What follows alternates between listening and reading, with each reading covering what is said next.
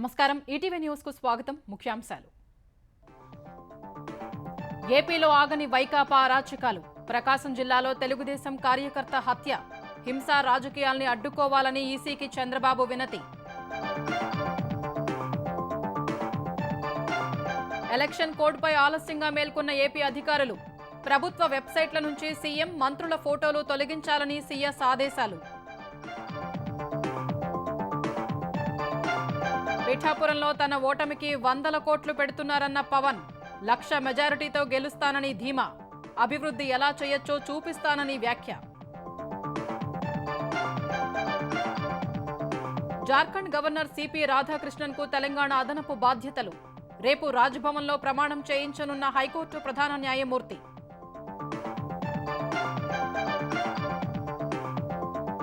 మహారాష్ట్ర గడ్చిరోలి జిల్లాలో భీకర ఎన్కౌంటర్ 4 మావోయిస్టులు మృతి తెలంగాణ కమిటీకి చెందిన వారిగా గుర్తించిన పోలీసులు ప్రతిపక్ష ఇండియా కూటమి హిందూ మతాన్ని లక్ష్యం చేసుకుందన్న ప్రధాని శక్తిని నాశనం చేస్తామంటున్న వారిని ప్రజలే శిక్షిస్తారని వ్యాఖ్య సార్వత్రిక ఎన్నికలకు మేనిఫెస్టోపై కాంగ్రెస్ వర్కింగ్ కమిటీ చర్చ ప్రతి అంశాన్ని ప్రజల్లోకి బలంగా తీసుకెళ్లాలని నేతలకు సూచించిన ఖర్గే ఎఫ్ఐఐలు అమ్మకాలకు దిగడంతో కుదేలైన స్టాక్ మార్కెట్లు 736 పాయింట్లు క్షీణించిన సెన్సెక్స్ ఒక్కరోజే ఆవిరైన 4.86 లక్షల కోట్ల మదుపరుల సంపద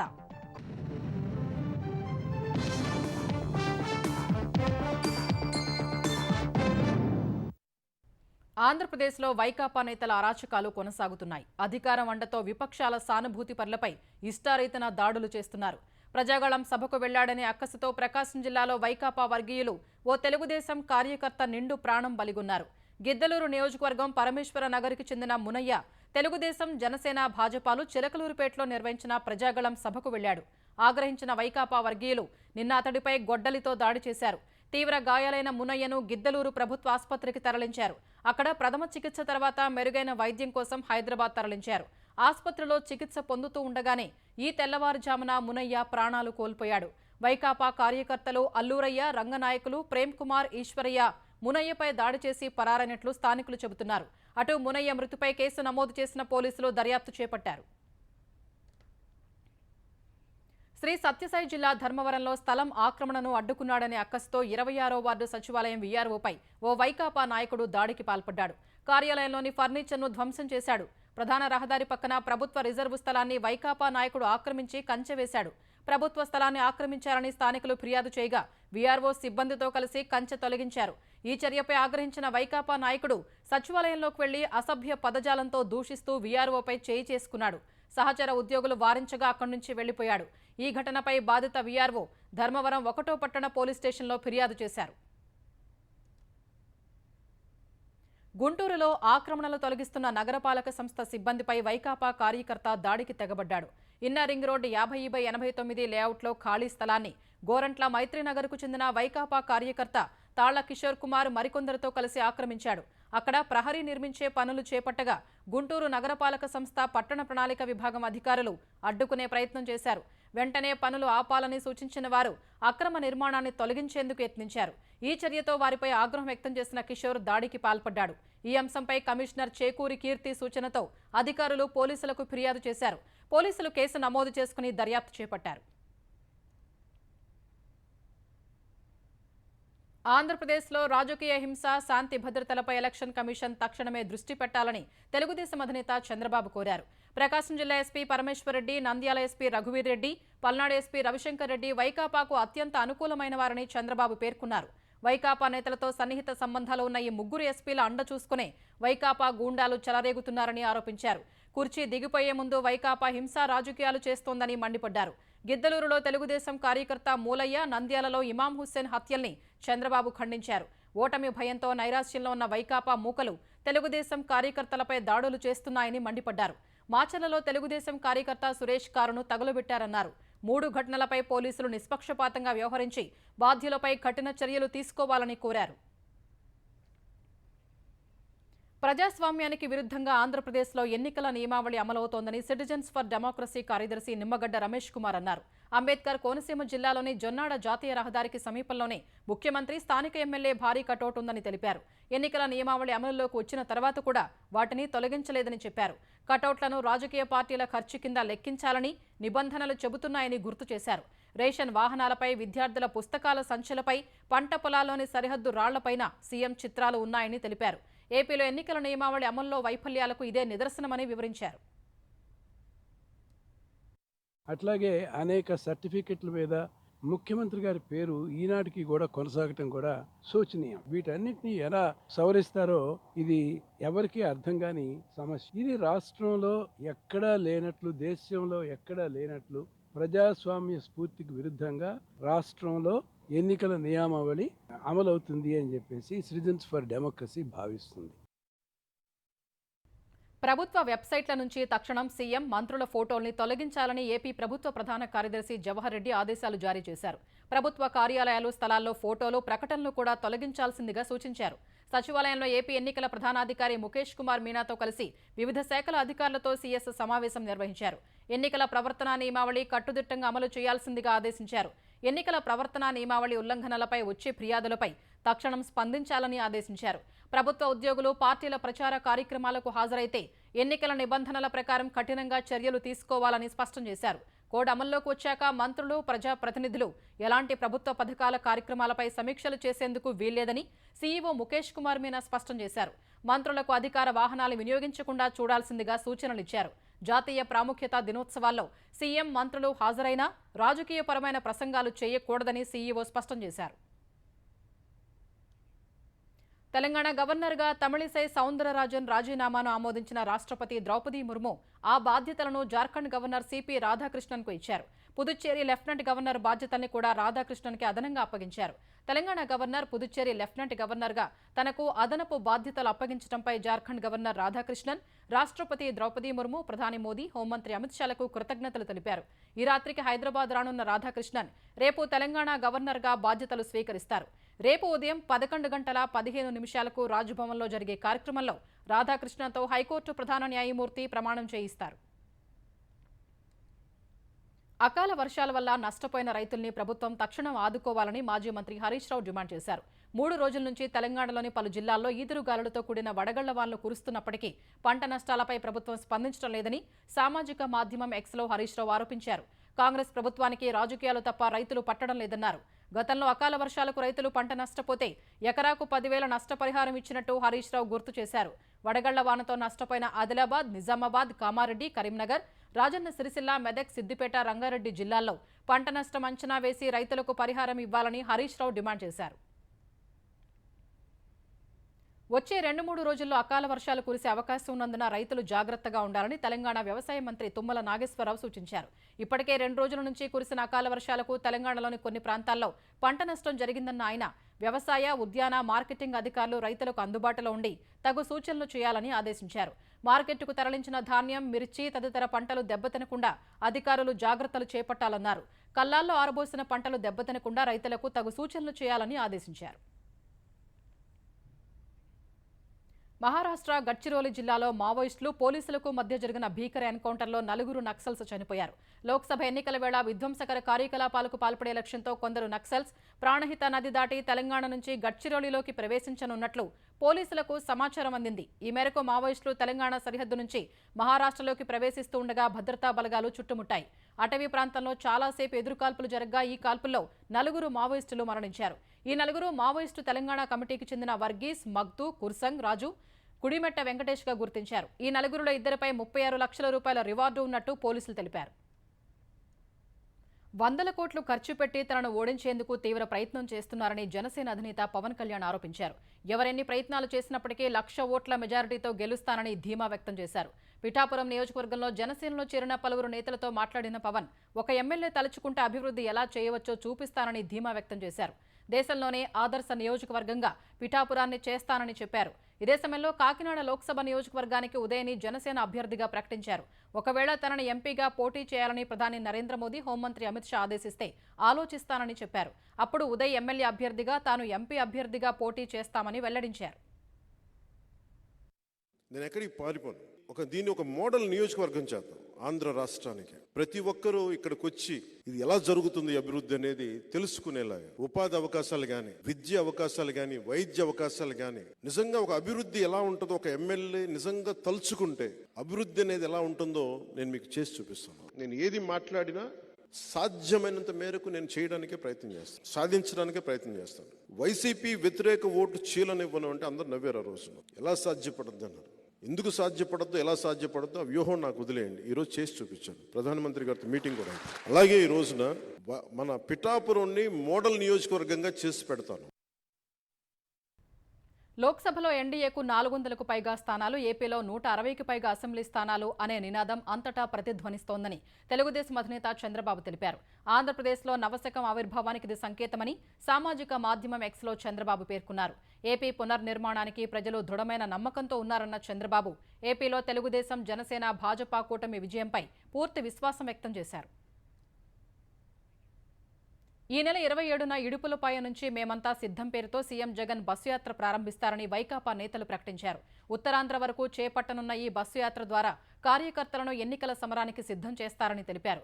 ఇప్పటికే సిద్ధం బహిరంగ సభలు నిర్వహించిన 4 జిల్లాలు మినహా మిగిలిన జిల్లాల్లో బస్సు యాత్ర చేపట్టనున్నట్లు వెల్లడించారు. ఎన్నికల నోటిఫికేషన్ వచ్చే వరకు యాత్ర కొనసాగించి నోటిఫికేషన్ వచ్చిన తర్వాత బహిరంగ సభలు నిర్వహిస్తామని తెలిపారు.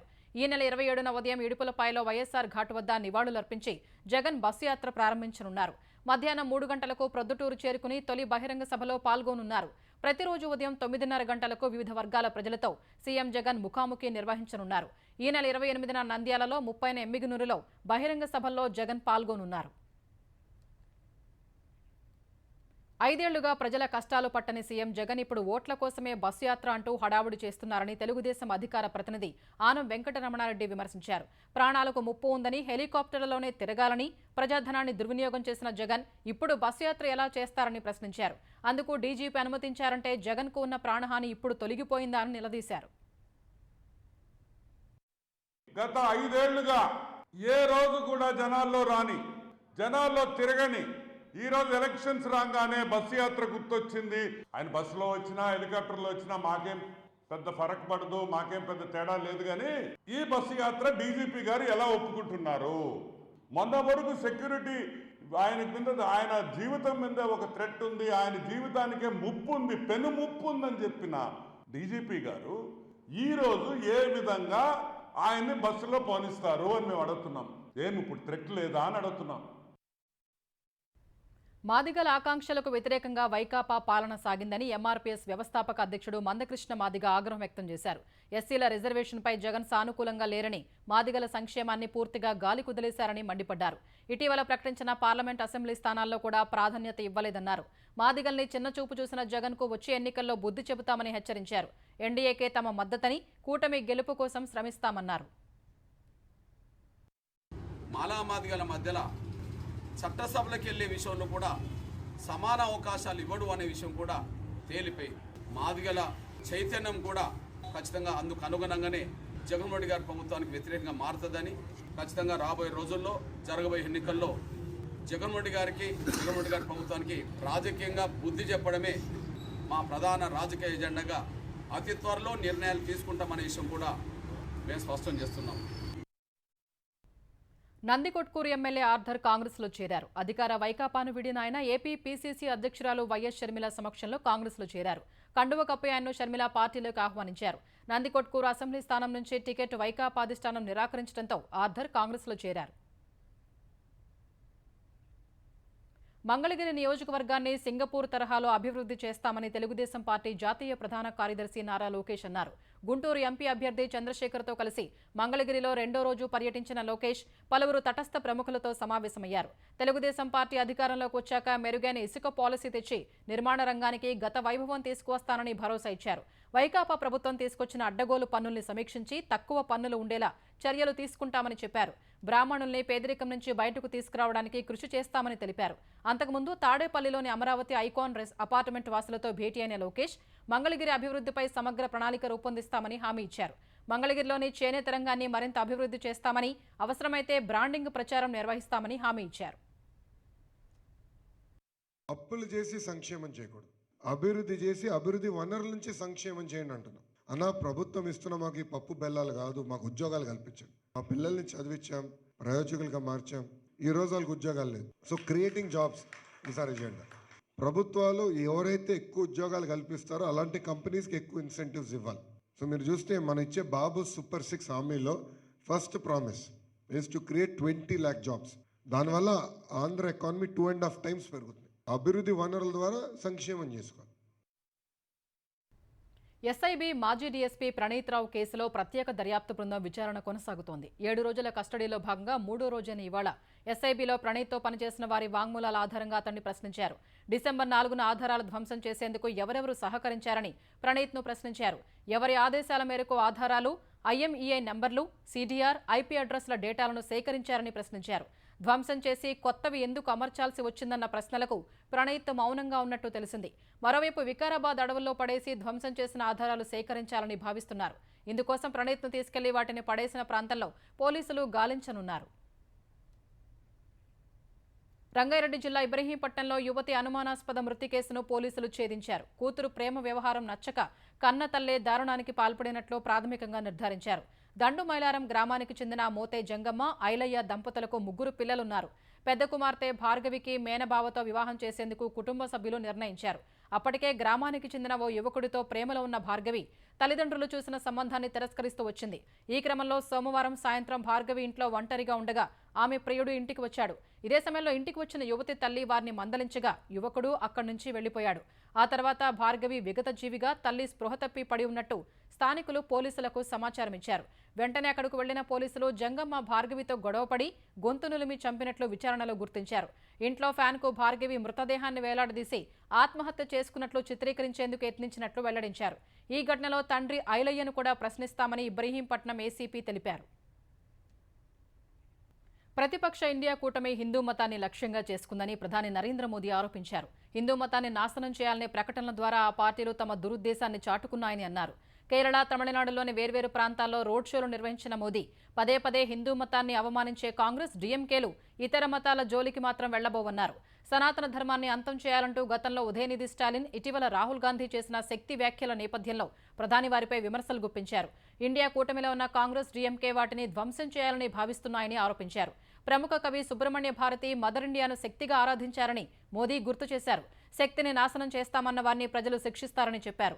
తాను శక్తి ఆరాధకుండని ప్రధాని మోదీ స్పష్టం చేశారు. ఇదే సమయంలో డీఎంకే, కాంగ్రెస్ అంటే భారీ అవినీతి, ఒకే కుటుంబ పాలన మాత్రమేనన్నారు. దేశంలో 5G సాంకేతికత నడుస్తుంటే తమిళనాడులో డీఎంకే ప్రత్యేక 5G నడుస్తోందని మోదీ విమర్శించారు. డీఎంకే 5G అంటే ఒకే కుటుంబానికి చెందిన 5వ తరం తమిళనాడును కబ్జా చేసిందని ప్రధాని వివరించారు. దేశవ్యాప్తంగా ప్రజలు మార్పు కోరుకుంటున్నారని ఏఐసీసీ అధ్యక్షుడు మల్లికార్జున ఖర్గే అన్నారు. ప్రస్తుత ఎన్డీఏ ప్రభుత్వం ప్రకటించిన గ్యారంటీలు 2004లో భారత్ వెలిగిపోతోందన్న నినాదం మాదిరిగానే మిగిలిపోతాయని ఖర్గే వ్యాఖ్యానించారు. సార్వత్రిక సమరానికి సంబంధించిన ఎన్నికల ప్రణాళిక ఆమోదించేందుకు జరిగిన పార్టీ అత్యున్నత నిర్ణాయక మండలి సిడబ్ల్యూసీ సమావేశంలో ఖర్గే మాట్లాడారు. పార్టీ మేనిఫెస్టోలో పేర్కొన్న ప్రతి అంశాన్ని ప్రజల్లోకి తీసుకువెళ్లాలని ఆయన కాంగ్రెస్ శ్రేణులకు సూచించారు. పార్టీ ఎన్నికల మేనిఫెస్టోలో హామీ ఇచ్చిన ప్రతి అంశాన్ని ఇండియా కూటమి అధికారంలోకి వస్తే ఖచ్చితంగా అమలు చేస్తుందని ఖర్గే హామీ ఇచ్చారు. భారత్ జోడో యాత్ర, న్యాయ యాత్ర ద్వారా రాహుల్ గాంధీ ప్రజల నిజమైన సమస్యల్ని దేశం దృష్టికి తెచ్చారని కొనియాడారు. ఈ సమావేశంలో కాంగ్రెస్ మేనిఫెస్టోను ఆమోదించే బాధ్యత, ఎప్పుడు విడుదల చేయాలనే అంశాలపై నిర్ణయాధికారాన్ని ఏఐసీసీ అధ్యక్షుడు మల్లికార్జున ఖర్గేకు అప్పగిస్తూ తీర్మానం చేశారు. కాంగ్రెస్ మేనిఫెస్టోతో పాటు న్యాయపత్రను వెల్లడిస్తుందని కాంగ్రెస్ నాయకులు కేసీ వేణుగోపాల్, జయరాం రమేష్ చెప్పారు. ఇది ప్రజలకు భవిష్యత్తుపై విశ్వాసాన్ని కల్పిస్తుందన్నారు. కేంద్ర ఆహార శుద్ధి పరిశ్రమల శాఖ మంత్రి, రాష్ట్రీయ లోక్ జనశక్తి పార్టీ ఆర్ఎల్జేపీ పశుపతి కుమార్ పరాస్ తన పదవికి రాజీనామా చేశారు. ఎన్డీఏ కూటమి నుంచి కూడా బయటకు వస్తున్నట్లు ప్రకటించారు. తన పార్టీకి 5 ఎంపీలున్నా బీహార్లో లోక్సభ ఎన్నికలకు జరిగిన సీట్ల పంపిణీలో తనకు, తన పార్టీకి భాజపా అన్యాయం చేసిందని ఆయన ఆరోపించారు. బీహార్లో ఎన్డీఏ కూటమి ప్రకటించిన సీట్ల సర్దుబాటులో తమ పార్టీకి 1 సీటు కూడా ఇవ్వకపోవడంపై పరాస్ అభ్యంతరం తెలిపారు. దివంగత రామ్విలాస్ పాస్వాన్ కుమారుడు చిరాగ్ పాస్వాన్కు చెందిన లోక్ జనశక్తి రామ్విలాస్ పార్టీకి 5 సీట్లు కేటాయించింది. అంతేకాకుండా తాను పోటీ చేయాలనుకున్న హాజీపూర్ లోక్సభ స్థానాన్ని భాజపా చిరాగ్ పాస్వాన్కు కేటాయించింది. ఇందుకు అసంతృప్తికి గురైన పరాస్ మంత్రి పదవికి రాజీనామా చేస్తున్నట్లు ప్రకటించారు. లోక్సభ ఎన్నికలకు ముందు జార్ఖండ్లోని అధికార పార్టీ జార్ఖండ్ ముక్తి మోర్చా జేఎంఎంకు గట్టి షాక్ తగిలింది. జేఎంఎం అధినేత శిబు సోరెన్ పెద్ద కోడలు ఎమ్మెల్యే సీతా సోరెన్ ఆ పార్టీ నుంచి వైదొలిగారు. పార్టీ సభ్యత్వానికి రాజీనామా చేసిన సీతా సోరెన్ భాజపాలో చేరారు. భాజపా జాతీయ ప్రధాన కార్యదర్శి వినోద్ తావడే సమక్షంలో సీతా సోరెన్ భాజపా కండువా కప్పుకున్నారు. అనంతరం మాట్లాడిన సీతా సోరెన్ జేఎంఎం పార్టీ అధినాయకత్వం తనను నిర్లక్ష్యం చేస్తోందని, తనను ఒంటరిని చేసిందని ఆరోపించారు. ఆమె దుమ్కాలోని జామా అసెంబ్లీ స్థానం నుంచి జేఎంఎం తరపున 3 సార్లు అసెంబ్లీకి ఎన్నికయ్యారు. ఢిల్లీ మద్యం కేసులో సీఎం అరవింద్ కేజ్రీవాల్, మనీష్ సిసోదియా, భారాస ఎమ్మెల్సీ కవిత తదితరులు కుట్ర పన్నారంటూ ఎన్ఫోర్స్మెంట్ డైరెక్టరేట్ ఈడీ విడుదల చేసిన పత్రికా ప్రకటనను ఆమ్ ఆద్మీ పార్టీ ఆప్ ఖండించింది. లోక్సభ ఎన్నికల ముందు సీఎం కేజ్రీవాల్ ప్రతిష్ట దెబ్బతీసేందుకే ఈడీ ఇలాంటి ఆరోపణలు చేస్తోందని దుయ్యబట్టింది. ఈడీ భాజపా పొలిటికల్ వింగ్లా పనిచేస్తోందని ఆమ్ ఆద్మీ పార్టీ ఆరోపించింది. 2021-22 ఢిల్లీ మద్యం విధాన రూపకల్పన, అమలు ద్వారా ప్రయోజనాలు పొందడానికి కేజ్రీవాల్, సిసోదియా, భారాస ఎమ్మెల్సీ కవిత తదితరులు కుట్ర పన్నారంటూ గతంలోనూ ఈడీ ఇలాంటి ప్రకటనలు విడుదల చేసిందని మండిపడింది. ఈ కేసులో 500కు పైగా సోదాలు జరిపినా, వేల మంది సాక్షుల్ని విచారించినా దర్యాప్తు సంస్థకు అక్రమంగా ఉన్నట్లు నిరూపించేలా ₹1 కూడా లభించలేదని తెలిపింది. ఈడీకి చిన్న సాక్ష్యం కూడా దొరకలేదని, అందుకే విసిగెత్తి ఇలాంటి ఆరోపణలు చేస్తోందని దుయ్యబట్టింది. పౌరసత్వ సవరణ చట్టం సీఏఏ అమలుపై స్టే విధించాలంటూ దాఖలైన పిటిషన్లపై 3 వారాల్లో కౌంటర్ వేయాలని కేంద్రాన్ని సుప్రీంకోర్టు ఆదేశించింది. పౌరసత్వ సవరణ చట్టానికి వ్యతిరేకంగా దాఖలైన పిటిషన్లపై సీజేఐ జస్టిస్ డివై చంద్రచూడ్ నేతృత్వంలోని ధర్మాసనం విచారణ జరిపింది. ఈ విచారణలో ఈ చట్టం ఏ వ్యక్తి పౌరసత్వాన్ని తొలగించడానికి ఉద్దేశించింది కాదని కేంద్రం తరపున సొలిసిటర్ జనరల్ తుషార్ మెహతా కోర్టుకు తెలిపారు. ఈ పిటిషన్లకు సమాధానమిచ్చేందుకు 4 వారాల సమయం కావాలని కోరారు. అయితే 3 వారాల గడువు ఇచ్చిన సుప్రీంకోర్టు తదుపరి విచారణను ఏప్రిల్ 9కి వాయిదా వేసింది. పాకిస్తాన్, బంగ్లాదేశ్, ఆఫ్ఘనిస్తాన్ల నుంచి భారత్కు శరణార్థులుగా వచ్చిన ముస్లిమేతరులకు దేశ పౌరసత్వాన్ని కల్పించడమే లక్ష్యంగా కేంద్ర ప్రభుత్వం ఇటీవల పౌరసత్వ సవరణ చట్టంపై నోటిఫికేషన్ ఇచ్చింది.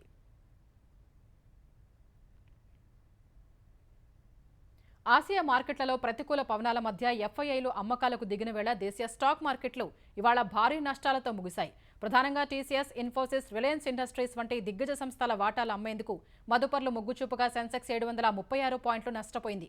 ఈ ఉదయం 72,463 పాయింట్ల వద్ద బలహీనంగానే ప్రారంభమైన సెన్సెక్స్ మొదటి నుంచి హెచ్చుతగ్గుల మధ్య సాగింది.